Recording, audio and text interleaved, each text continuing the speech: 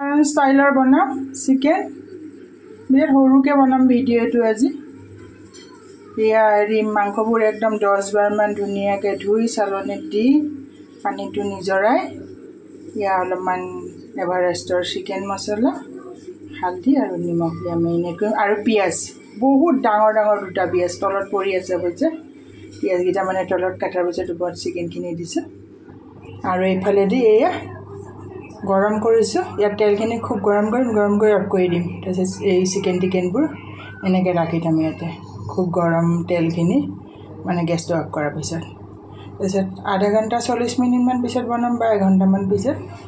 চাব ভিডিঅ'টো বেছি ডাঙৰ নকৰোঁ আৰু থেংক ইউ ফৰ ৱাচিং মাই dear viewers please like subscribe কৰিব তেতিয়াহে মানে উন্নতি কৰিব পাৰিম আৰু ইউটিউবত থেংক ইউ ফৰ ৱাচিং এয়া এতিয়া মেৰিনেট কৰি অকণ সৰহকৈ দিছোঁ পচন্দ গৰম কৰি অফ কৰি দিছোঁ এই এটা সৰু নহৰু আছে এইটো গোটাকৈ দিম আৰু বাকী নহৰু কলিকেইটা আদা সৈতে থেতেলিয়াই দিম এইটো বিলাহীটো কাটি পেলাই মাজতে গুটিবোৰ পেলাই আকৌ ধুই লৈছোঁ থেংক ইউ ফৰ ৱাচিং আদা লচুন মানে আদা নহৰু থেতেলিয়াইও দিলোঁ সেউজীয়া ইলাইচি দুটা দালচেনি তাৰপিছতে জালুক গোটাকৈ তেজপাত লং এয়া দিয়া হৈছে আৰু সেইটো দিছোঁ বিলাহীটো দিয়ে থৈছোঁ আৰু একেবাৰে আৰু খালি আধা ঘণ্টা 40 মিনিট পিছত হেৰিহে কৰিম আৰু জুই জ্বলাই পেলাই কম ফ্লেমত ৰাখিম আৰু খাই দিলোঁ এতিয়া কম জুইত ৰাখি থৈ দিম ঢাকন দি পেলাই জাষ্ট উঠাইছোঁ আৰু মানে 30 মিনিটমান ৰেষ্ট দিলোঁ মেৰিনেট কৰি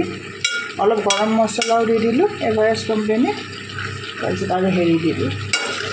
গৰম মছলা দিলোঁ আৰু কি দিলোঁ আৰু অকণমান জিৰাৰ হেৰি দি দিলোঁ জিৰাৰ গুড়া অলপ দি দিলোঁ এভাৰেষ্ট কোম্পানী মাজতে এবাৰ লৰাই দিছোঁ এই পিঁয়াজবোৰ গলি দেখিছেনে কিমান জোল হৈ গৈছে বিলাহীটো সৰু এটাই দিছিলোঁ পিঁয়াজ সৰহকৈ দিছিলোঁ পিঁয়াজ আৰু একো পানী একো দিবলগীয়া হোৱা নাই ধুনীয়াকৈ সিজি গৈছে আৰু অকণমান সময় ৰাখিম আৰু ঢাকন দি পেলাই হৈ গ'লগৈ একেবাৰে এইয়া পিঁয়াজ একেবাৰে গলি গ'ল আৰু এয়া গলা বুলিয়ে ক'ব লাগিব আৰু কাৰণ পূৰা গোটালি দিলে গলি যাব মাংস হৈ গ'লগৈ ধুনীয়াকৈ হৈ গ'ল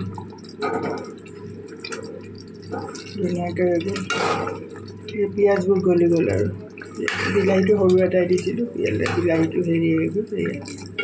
হৈ গ'ল এইবিলাক চব পিঁয়াজৰ ৰস সৰু আছে ভিডিঅ'টো সৰু কৰিম বুলি কৈ অকণমান ডাঙৰ হৈছে এইটো ডাঙৰটো নকৰোঁ বাৰু